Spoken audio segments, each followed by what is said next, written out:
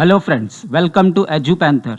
Now last session में हम लोगों ने magnetic effect of electric current का MCQs multiple choice question solve कर लिया था, ठीक है। और आज के लेक्चर में हम लोग इसके न्यूमेरिकल सॉल्व करने वाले हैं। नाउ इस चैप्टर में जो न्यूमेरिकल्स हैं ना उसने बहुत ज़्यादा दे दिया है, नियर अबाउट 17-20 के आसपास न्यूमेरिकल्स दिए हैं। सो डेफिनेटली हम लोग एक वीडियो में पूरा का पूरा सॉल्व नहीं करेंगे, उसको 2-3 पार्ट में कंप्लीट कर लेंगे, ठीक है। चलो स्टार्ट करते हैं हम लोग। नाउ सी फर्स्ट न्यूमेरिकल जो है that is a piece of straight wire has a mass of 20 gram. So मेरे पास एक वायर है जिसका मास 20 ग्राम है and the length 1 metre. It is to be levitated using a current of 1 ampere flowing through it and a perpendicular magnetic field B in a horizontal direction. What must be the magnetic field? Magnetic field कितना होना चाहिए? So question क्या है अपने पास? See, अपने पास एक current carrying conductor है, current carrying conductor है, उसकी लेंथ दी है, उसका मास दिया है, उसमें कितना करंट फ्लो हो रहा है वो भी दिया है। और मुझे क्या कर रहा है, क्वेश्चन में क्या पूछा है कि भाई इसको मैंने ऐसी जगह पे रखा है जहाँ पे परपेंडिकुलर डायरेक्शन में मैग्नेटिक फील्ड है, परपेंडिकुलर डायरेक्शन में मैग्नेटिक फील्ड है, उसको मुझे वैसे ही उस स्पेस में ही वैसे ही उसको हैंग करना है, लटकाना है, रेस्ट पे रखना है, ज़मीन पे नहीं रखना है, ठीक है, ग्राउंड पे नहीं रखना है, जस्ट एयर में उसको फिक्स कर देना है मुझे। तो वो कैसे कर सकते हैं हम लोग, ठीक है। सो उसके लिए क्या होना चाहिए, सी अगर वो कहीं पे भी रेस्ट पे है, कोई भी ऑब्जेक्ट है किसी भी शेप का हो, अगर वो रेस्ट पे है तो क्या कंसेप्ट है भाई कि उसके बाद जो नेट फोर्स होगा that will B zero. Net force on the particular object will be zero if the object is at rest. अगर रेस्ट पे है तो नेट फोर्स जीरो होना चाहिए। तो यहाँ पर भी मुझे रेस्ट पे ही रखना है, तो वो जीरो कैसे होगा? बिकॉज ग्रेविटी तो डेफिनेटली है, ग्रेविटी कहाँ पर है, वो भी हमेशा डाउनवर्ड डायरेक्शन में ग्रेविटी है, और वो क्या होना चाहिए मेरा mg, डाउनवर्ड डायरेक्शन में ग्रेविटी होती है and that is always mg, mass of the object into gravitational acceleration. So definitely to keep an object at rest we must have a force which is exactly opposite to the gravitational force and equal magnitude। gravitational के exactly opposite होना चाहिए और इसका जो magnitude है वो इसके equal होना चाहिए, ठीक है। तो अब इसमें कहाँ से फोर्स आ रहा है, वो फोर्स आता है अपना मैग्नेटिक फील्ड की वजह से, ठीक है, मैग्नेटिक फील्ड की वजह से। अब मैग्नेटिक फील्ड की वजह से करंट कैरिंग कंडक्टर पे क्या फॉर्मूला आता है, F is equal to I L cross B, F is equal to I L cross B, L cross B, so I L B sin theta, vector multiplication है simply. Now since it is a perpendicular direction, जो magnetic field है wire के perpendicular direction में है, so theta will be 90, so the force remains only I L B, so this is the force which balancing the gravitational force। so we can say that your gravitational force, let's say it is Fg, is magnetic force equal to magnetic force F B magnitude wise, और direction देखेंगे तो क्या होगा, opposite हो जाएगा। So M G is equal to I L B. Now अब इसमें calculate क्या करना था, what must be the magnetic field, magnetic field निकालना है, तो simply M G upon I L हो जाएगा। Mass we have 20 gram, so kilogram में कन्वर्ट करेंगे तो 10⁻³ हो जाएगा। जी की वैल्यू क्या होगी, 9.8 होगी। current is what, 1 ampere and length of the wire is what, 1 ampere। so just multiply this, so 98 का डबल कितना हो जाता है, that is 196। we have 0, एक 0 लगा दिया मैंने, बट डेसिमल पॉइंट था तो क्या हो जाएगा, 196 हो जाएगा, इंटू 10⁻³ आ जाना चाहिए, ठीक है। तो ये मेरा मैग्नेटिक इंडक्शन हो जाएगा। अब इसमें सी 196 दिया, उसने 10⁻³ भी है वहाँ पे, क्योंकि ग्राम है ना वहाँ पे, अगर वो किलोग्राम होता तो सिर्फ 196 टेस्ला मिल जाता था, ठीक है। तो जो मोस्ट ऑफ न्यूमेरिकल हम लोग सॉल्व करने वाले हैं उसमें टोटल सॉल्व करने वाले नहीं है हम लोग, जस्ट मेथड देखने वाले हैं और वैल्यू सब्स्टिट्यूट कर दूंगा, बाकी कैलकुलेशन पार्ट वो आपको खुद से करना है, ठीक है। तो इसमें क्या सीखा भाई कि किसी भी ऑब्जेक्ट को चाहिए तो मैं एयर में हैंग कर सकता हूँ, लटका सकता हूँ विदाउट एनी सपोर्ट, किसी भी सपोर्ट के बिना। कैसे भाई कि उसका जो ग्रेविटेशनल फोर्स है एग्जैक्टली उसके अपोजिट में हम लोग दूसरा कोई फोर्स, कोई भी दूसरा फोर्स हम लोग अप्लाई कर देते हैं, ठीक है। ये सेम कंसेप्ट यूज करके मिल्कन्स ऑयल ड्रॉप एक्सपेरिमेंट है बेटा, Millikan's oil drop experiment, oil drop experiment. और इस एक्सपेरिमेंट से मिल्कन्स ने क्या किया था, चार्ज फाइंड आउट किया था, इलेक्ट्रॉन पे कितना चार्ज होता है ना बेटा वो कैलकुलेट कर लिया था। सिंपल कंसेप्ट है, ठीक है। चलो तो बहुत कुछ है फिजिक्स में, हर एक न्यूमेरिकल में बहुत कुछ सीखने के लिए होता है, ठीक है। चलो नेक्स्ट पे जाते हैं। क्या लिखा भाई, calculate the value of magnetic field, value of magnetic field, so we write B B लिख दिया भाई, निकालना हम लोगों को at a distance of 2 metre, at a distance of 2 metre. So B calculate करना है at a distance of 2 centimetre. So distance हम लोग ने ले लिया 2 centimetre from a very long straight wire, a long straight wire carrying a current, current कितना है उसके अंदर 5 ampere and given mu, mu 0 दिया है that is 4 pi, it is constant, so ये फिक्स होता है 10⁻⁷ weber per ampere meter. So what will be the magnetic field? So in this question we have a straight wire which is a very long, so we can say that we have an infinite wire and we want to find out magnetic field at a certain distance, at a perpendicular distance. It should be definitely perpendicular distance. So this is distance d, you can say it r, क्योंकि फॉर्मूले में r के हिसाब से किया इसलिए r ले लिया, d ले लो कोई फर्क नहीं पड़ता, ठीक है। So what is the formula to find out the magnetic field due to infinite current carrying conductor? Is simply b is equal to mu 0 I upon 2 pi r, r is the distance, बस value put कर दो 4 pi into 10⁻⁷ हो जाएगा। Current, current की value कितनी है बेटा 5 ampere है इंटू 2 पाई आर, आर कितना मिला 2 centimetre. So remember it is 2 into 10⁻² metre, 2 into 10⁻² metre. So 2 into 2 क्या हो जाएगा 4 पाई तुम्हारा कैंसिल हो जाएगा, -5 -2 है तो -7 है तो -2 है तो -5 हो जाएगा।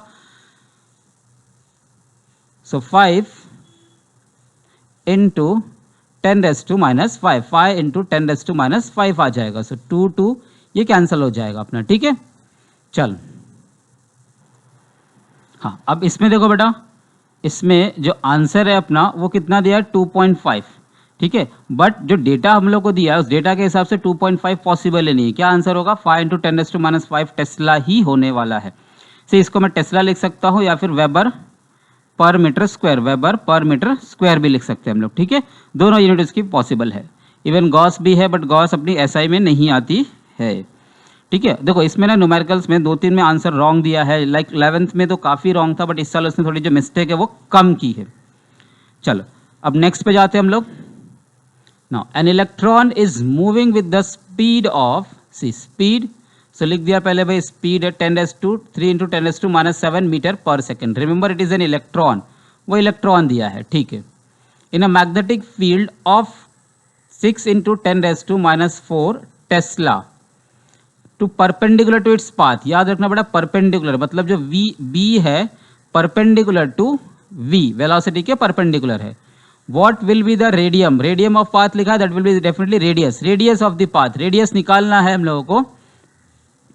What will be the frequency, उसकी फ्रीक्वेंसी कितनी हो जाएगी, रोटेशन की फ्रीक्वेंसी कितनी हो जाएगी, that is n. N energy, kinetic energy in kilo electron volt, in kilo electron volt, kinetic energy in kilo electron volt. अब डेटा में क्या क्या और दिया है, मास, मास तो फिक्स होता है एक्चुअली 9.1 होता है बट कैलकुलेशन के सिंप्लिसिटी के लिए 9 इंटू 10⁻31 ले लिया है। Charge on electron it is 1.6 into 10⁻19 coulomb. See electron का चार्ज इतना ही होगा magnitude wise equal to the proton but negative में होगा, ठीक है। और 1 इलेक्ट्रॉन वोल्ट इसने काफी अच्छे से दे दिया भाई, 1 electron volt is 1.6 into 10⁻19 joule हो जाती है, ठीक है। अब सॉल्व कैसे कर सकते हैं हम लोग इसको। सी वेलोसिटी दिया है, मैग्नेटिक इंडक्शन दिया है, परपेंडिकुलर रेडियस निकालना है। सिंपली क्या है अपने पास कि सपोज अपने पास एक स्पेस है, ठीक है। इसके ऊपर देखो बहुत क्वेश्चन बनते हैं। इसका जो एमसीक्यूज था उसमें भी एक क्वेश्चन ऐसे क्वेश्चन पे था, उसमें प्रोटॉन मूव कर रहा था। सो इलेक्ट्रॉन क्या कर रहा है, इसके अंदर एंटर करता है, एंटर करता है तो क्या होगा, it will follow circular path. जो इलेक्ट्रॉन होगा वो उसके अंदर सर्कुलर पाथ फॉलो करता है। तो सर्कुलर पाथ फॉलो करता है, it means that there will be some kind of centripetal force, कुछ तो सेंट्रीपिटल फोर्स आना चाहिए and that centripetal force is provided by the magnetic force, magnetic force की वजह से आ जाता है। So what is the formula for centripetal force, centripetal force. तो सेंट्रीपिटल फोर्स का फॉर्मूला क्या है भाई, सिंपल mv²/r है। And what is the formula for magnetic force on a charge particle moving in a magnetic field.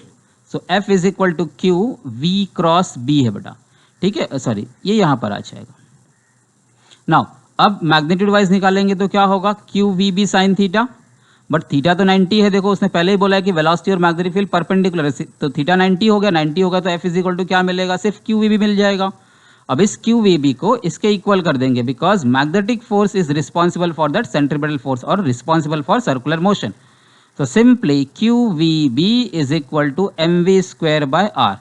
Now remember, जितने भी circular motion वाले question आते हैं, मैग्नेटिक फील्ड में कोई चार्ज पार्टिकल रिवॉल्व कर रहा है, उसमें जो भी क्वेश्चन पूछा है, whether it is kinetic energy, frequency पूछा है उसने, टाइम पीरियड पूछा है उसने, वो सब का सब इससे इसी एक सिंगल फॉर्मूला से निकाल सकते हैं। बाकी इसी को डिराइव करना पड़ता है थोड़ा सा, ठीक है ना। अब क्या पहला क्वेश्चन क्या था, रेडियस निकालनी, भाई इसकी रेडियस क्या होगी। So radius is equal to क्या हो जाएगा, एक वी कैंसिल हो जाएगा, so R is equal to M V upon Q B. Mass है अपने पास, गिवन है, वेलोसिटी वो भी गिवन है, चार्ज इलेक्ट्रॉन का चार्ज दिया है, बी क्या अपना मैग्नेटिक इंडक्शन भी दिया है। वैल्यू पुट करो, you will get the answer in meter, ठीक है। नेक्स्ट क्या है भाई, नेक्स्ट है अपना फ्रीक्वेंसी निकालना है, ठीक है। Now see the time period, revolution का जो टाइम पीरियड होता है उसका फॉर्मूला क्या मिलता है इसमें भाई, 2 pi m upon Q B, 2 pi m upon Q B. So frequency is always 1 upon time period. So frequency क्या हो जाएगा, एग्जैक्टली इसका रिवर्स हो जाएगा, Q B upon 2 pi m। अपने पास सारे डेटा अवेलेबल है, क्यू चार्ज की वैल्यू दी है 1.6 × 10⁻⁻⁹ कूलम, मैग्नेटिक इंडक्शन दिया है, पाई द कांस्टेंट है, मास इज आल्सो गिवन। सो हम लोग क्या मिल जाएगी, उसकी फ्रीक्वेंसी मिल जाएगी और उसकी यूनिट क्या होनी चाहिए बेटा, हर्ट्ज में होनी चाहिए, ठीक है। इसके बाद क्या पूछा है उसने, एनर्जी पूछा था। एनर्जी, काइनेटिक एनर्जी का फॉर्मूला क्या मिलता है बेटा, Q square B square R square upon 2m, Q square B square R square upon 2m मिल जाता है। सिंपल है, सारी की सारी वैल्यूज दी है। आर ये जो है रेडियस, ये हम लोग ने यहाँ से निकाला और उस रेडियस को हम लोग को यहाँ पे पुट करना पड़ेगा, ठीक है। जो आंसर आएगा that will be in joule, हम लोग को जो आंसर मिलेगा बेटा वो जूल में मिलेगा। अब जूल से मुझे किस में कन्वर्ट करना है, electron volt, actually kilo electron volt में है, तो पहले इलेक्ट्रॉन वोल्ट में देख लेते। तो जो भी आंसर मिलेगा उसको अगर किलो इलेक्ट्रॉन वोल्ट में कन्वर्ट करना है तो क्या करना पड़ता है भाई, 1.6 × 10⁻⁹ से डिवाइड करना पड़ता है। जो नंबर दिया है हम लोगों को that is basically charge of electron, उसके नंबर से ना डिवाइड कर देंगे। तो सपोज तुमको जो भी आंसर मिला तो आंसर सॉल्व करने की ज़रूरत नहीं है, मतलब पहले ये निकालो फिर डिवाइड करते बैठो, वैसा नहीं करना। Q square B square R square upon 2m है, सिंपली यहाँ क्यू से डिवाइड कर दूंगा, क्यू तो मेरा वही चार्ज है, उसकी वैल्यू तो वही है, तो एक चार्ज क्या हो जाएगा, कैंसिल हो जाएगा, तो क्या बचेगा भाई, Q B square R square upon 2m। अब ये इलेक्ट्रॉन वोल्ट में आ जाएगा, और अगर किलो इलेक्ट्रॉन वोल्ट में निकालना है तो डिवाइड बाय 1000 कर देना, तुमको एग्जैक्ट आंसर मिल जाएगा, ठीक है। चलो अब अपने बोर्ड्स में कैसा है ना बड़ा, वो लॉग टेबल से सॉल्व करना पड़ता है, ठीक है। विदाउट लॉग टेबल भी सॉल्व होगा बट बहुत ज़्यादा टाइम कंज्यूमिंग है, तो विदाउट लॉग टेबल जाओ मत, लॉग सीख लो, ठीक है। और लॉग नहीं आता है तो कमेंट सेक्शन में लिखना, अगर ज़्यादा कमेंट आ गए तो हम लोग क्या करेंगे, उसको लॉग इस पर अपलोड कर देंगे कि कैसे लॉग निकालते हैं हम लोग, ठीक है। चलो तो क्वेश्चन नंबर 4 अपना सॉल्व हो गया। इसमें क्या सीखा भाई कि चार्ज पार्टिकल है, मैग्नेटिक फील्ड में मूव करता है, so definitely it will follow circular path, and for circular path we need a centripetal force and that force is given by the magnetic force. Okay, next, an alpha particle we know that it is a helium nucleus with 2 proton and 2 neutron, so definitely it will have 2 positive charge, is accelerated and moves in a vacuum tube with a kinetic energy. So kinetic energy is given, that is 10 mega electron volt. It passes through a uniform magnetic field B of value 1.88 Tesla and traces a circular path of radius. देखो पीछे जैसा ही, हाँ cyclotron machine होती है actually, उसके principal पे ही है। Obtain the mass of the alpha particle, mass of the alpha particle निकालना है भाई, 1 इलेक्ट्रॉन वोल्ट अभी पीछे वाले सम में किया हम लोग ने, दैट इज 1.6 × 10⁻⁻⁹ जूल हो जाता है। And charge of electron we know that it is 1.6 × 10⁻⁹ coulomb. यहाँ पे ई लिखो या क्यू लिखो, मीनिंग सेम है। क्या निकालना है भाई, मास, चार्ज पार्टिकल है वो एक्सिलरेट हो रहा है, so what is the formula, ठीक है। देखो 10 मेगा इलेक्ट्रॉन वोल्ट है, सो इसको क्या करना पड़ेगा, जूल में कन्वर्ट करना पड़ेगा। तो इलेक्ट्रॉन वोल्ट से जूल में कन्वर्ट करने के लिए 1.6 × 10⁻⁹ से मल्टीप्लाई करना पड़ता है, ठीक है। मेगा है सो 10⁻6 भी उसमें आ जाएगा, 10⁻6 भी आ जाएगा, ठीक है। अब ये जो आंसर आएगा मेरा वो क्या हो जाएगा, जूल में हो जाएगा। सिंपली इसको 16 कर सकता हूँ और पावर को हम लोग एडजस्ट कर सकते हैं, ठीक है। अब फॉर्मूला यूज कर दो डायरेक्टली, काइनेटिक एनर्जी का फॉर्मूला क्या बताया था मैंने, Q square B square R square upon 2m, Q square B square R square upon 2m, बस वैल्यू पुट कर दो। चार्ज की वैल्यू तो है तुम्हारे पास 1.6 × 10⁻⁹ कूलम, उसका स्क्वायर ले लिया। ये क्या हो जाएगा 1.88 स्क्वायर हो जाएगा। रेडियस क्या है भाई 24.6 इंटू 10⁻² होल स्क्वायर। ठीक है, यहाँ पे देखो सेंटीमीटर है, उसको मीटर में कन्वर्ट करने के बाद उसका स्क्वायर लेंगे। ठीक है, अपॉन 2 m हम लोग को निकालना है और जो काइनेटिक एनर्जी होगी इसको सॉल्व करने के बाद हो जाएगा। तो 1.6 इंटू 10 16 हो गया, इंटू इसको सॉल्व करेंगे 19 - 6 कितना हो जाएगा -13, सो 10⁻13। अब इसको सॉल्व करेंगे तो हम लोग को मास की वैल्यू मिल जाएगी, ये यहाँ पे शिफ्ट हो जाएगा, ये नीचे आ जाएगा और कैलकुलेशन में सॉल्व हो जाएगा। ठीक है, इसको भी बेसिकली लॉग से ही निकालना है। तो मोस्ट ऑफ जो क्वेश्चन है हमारे लॉग से ही आ जाएंगे। इस चैप्टर के और एक इलेक्ट्रॉन प्रोटॉन के चैप्टर के जो न्यूमेरिकल्स होते हैं ना, उनके लिए लॉग करना ही पड़ता है, विदाउट लॉग वो नहीं हो पाते हैं। ठीक है, बाकी कुछ चैप्टर्स है जैसे मोस्ट ऑफ चैप्टर्स में लॉग की जरूरत नहीं पड़ती, विदाउट लॉग भी सॉल्व हो जाता है, बट इसमें ना विदाउट लॉग नहीं हो पाएगा। ठीक है, चलो नेक्स्ट सम पे जाते हैं हम लोग। सी अच्छा, क्वेश्चन में ना एक चीज़ ध्यान देना बेटा कि जो क्वेश्चन जितना लेंदी होगा डेफिनेटली उसको सॉल्व करना उतना आसान होता है। लेंदी होने का मतलब बेटा उसने ना बहुत सारा डेटा हम लोग को दे दिया है। अब देखते क्या है, 2 wires shown in the figure are connected in a series circuit, किसी सीरीज सर्किट में कनेक्टेड है वो, and a same amount of current is flowing that is 10 ampere. तो करंट जो है अपना भाई 10 एम्पियर फ्लो हो रहा है, ये तो समझ में आ गया। Passes through both but in opposite direction, current की डायरेक्शन देखो अपोजिट है, इसमें ऊपर की तरफ जा रहा है, इसमें जो करंट है नीचे की तरफ जा रहा है। Separation between the 2 wire is 8 millimetre, इनके बीच का जो डिस्टेंस है बेटा ना वो 8 मिलीमीटर है। तो डिस्टेंस को हम लोग लिख लेते हैं भाई 8 millimeter. Length of the A B, जो ए बी का जो पोर्शन है बेटा उसकी जो लेंथ दिया है एस करके लिखा है, तो एस कर देते हैं भाई, इसको 22 सेंटीमीटर दिया हुआ है। Obtain the direction of magnitude, direction and magnitude of the magnetic field due to the current in wire 2, wire 2 में जो करंट फ्लो हो रहा है उसकी वजह से वायर 1 का जो सेक्शन ए बी है उस ए बी वाले पार्ट पे कितना फोर्स आने वाला है वो निकालना है। पहले तो मैग्नेटिक फील्ड निकालना है कि इस पॉइंट पे कितना आ रहा है मैग्नेटिक फील्ड, ये ए बी पे कितना आ रहा है। Then also obtain the magnitude and direction of the force on the wire 1, wire 1 पे फोर्स कितना डेवलप हो रहा है। सो दो चीज़ें बेटा, दो चीज़ कैलकुलेट करनी है। पहली चीज़ क्या थी कि भाई सेकंड वाले वायर की वजह से फर्स्ट वाला वायर का जो पोर्शन ए बी है उस ए बी के पास कितना मैग्नेटिक फील्ड आ रहा है। तो बहुत सिंपल सी है बेटा, उसकी डायरेक्शन क्या होगी, यहाँ पर है और ए बी सेक्शन तुम्हारा यहाँ पर, ये जो बेंड किया इसका कुछ मीनिंग नहीं है बेटा। अभी ये करंट जो है इसमें करंट जो ऊपर की तरफ जा रहा है। ठीक है, सो यहाँ पे मैं राइट हैंड रूल से देखो निकाल सकता हूँ कि if the current is going in downward direction तो उसके अराउंड जो मैग्नेटिक फील्ड होगा वो क्या आ जाएगा, वो ऐसा आ जाएगा तुम्हारा। ऐसा कि थंब को मैंने करंट के डायरेक्शन में किया और फिंगर को कर्ल किया अराउंड द वायर, तो क्या मिलेगा भाई, ऐसा मिलेगा। और जो मैग्नेटिक फील्ड होगा ऐसा, मतलब इस साइड से ये है तुम्हारा, यहाँ से ऐसे बाहर आएगा मतलब ऐसा सिंबल ड्रॉ करूँगा मैं, ये वायर 2 है मेरा। ठीक है, और इसके ये साइड मतलब टूवर्ड्स 1 साइड जो है मेरा उसके अंदर जाएगा, तो ये साइड ऐसा, मतलब इस साइड से बाहर आके, स्क्रीन से बाहर आके ऐसा अंदर चलेगा, फिर पीछे से घूम के वापस ऐसे आएगा। So direction of magnetic field क्या हो जाएगा भाई, इनटू द पेज हो जाएगा। ठीक है, और जो फोर्स होगा बेटा अपोजिट डायरेक्शन में, देखो पैरेलल वायर जैसा ही हो गया और करंट जो है अपोजिट डायरेक्शन में है। तो अपोजिट डायरेक्शन में होता है तो क्या होता है, वो एक दूसरे को रिपल करते हैं। ठीक है, अगर सेम डायरेक्शन में होता तो वो लोग अट्रैक्ट करते। तो अट्रैक्शन एंड रिपल्शन दो अपने पास फॉर्मूले है। ठीक है, फॉर्मूले न्यूमेरिकल वैल्यू दोनों की सेम मिलती है, बट डायरेक्शन क्या हो जाता है उसका, अपोजिट हो जाता है। अब मैग्नेटिक फील्ड निकालना है, हम लोग डायरेक्शन तो निकाल लिया भाई, इनटू द पेज होगा। अब स्ट्रेट वायर की वजह से मैग्नेटिक फील्ड कितना मिलता है, सो μ0I अपॉन 2πr था फॉर्मूला। ठीक है, ये फॉर्मूला लिखा अभी हम लोग ने, तो μ0 की वैल्यू तो फिक्स होती है 4π × 10⁻⁷। ये I जो है बेटा जिस वायर की वजह से निकालना है उसका करंट, हालांकि इस केस में सेम ही होगा कि दोनों वायर में सेम करंट फ्लो हो रहा है, इंटू 2πr। r क्या बेटा, वो डिस्टेंस है, उन दोनों के बीच का डिस्टेंस है, और यहाँ पे डिस्टेंस कितना दिया भाई, 8 मिलीमीटर दिया। ठीक है, सो 8 इंटू 10⁻³ मिलीमीटर है, तो उसको हम लोग को क्या करना पड़ेगा भाई, मीटर में कन्वर्ट करना पड़ेगा।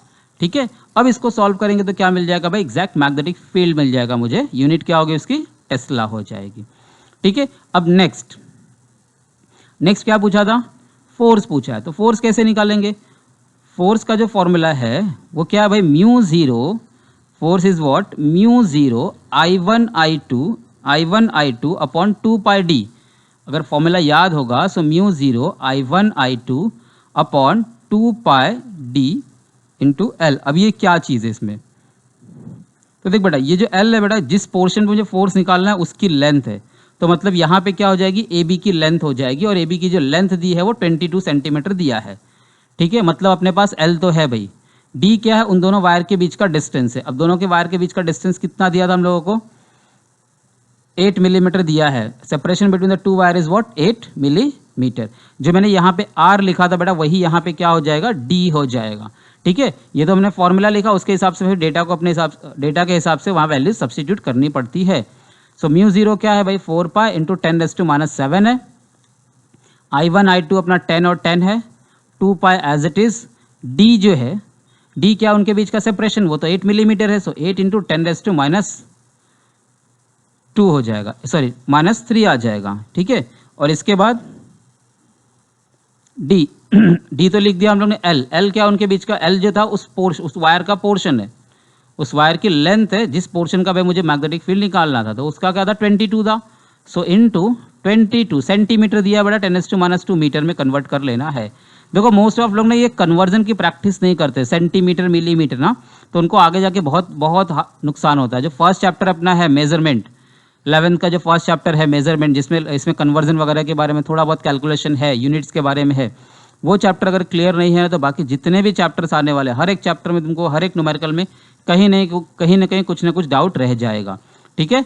तो वो चैप्टर जो है हमेशा रिवाइज करते रहना चाहिए, फर्स्ट चैप्टर। फिर ये centimetre millimetre units number decimal कैसे कन्वर्ट करते हैं, प्लस लॉग का अगर डेली आप कैलकुलेशंस कर रहे हो तो लॉग की प्रैक्टिस तो ऑटोमेटिक होते रहती है, ठीक है। तो इसमें हम लोगों ने कितने न्यूमेरिकल्स कर लिए, 5 न्यूमेरिकल्स कर लिए। पांचों में देखो अलग अलग फॉर्मूलेस किए कि भाई 2 पैरेलल वायर है तो उसमें कितना फोर्स आएगा, एक इन्फाइनाइट वायर है तो उसकी वजह से मैग्नेटिक फील्ड कितना आता है।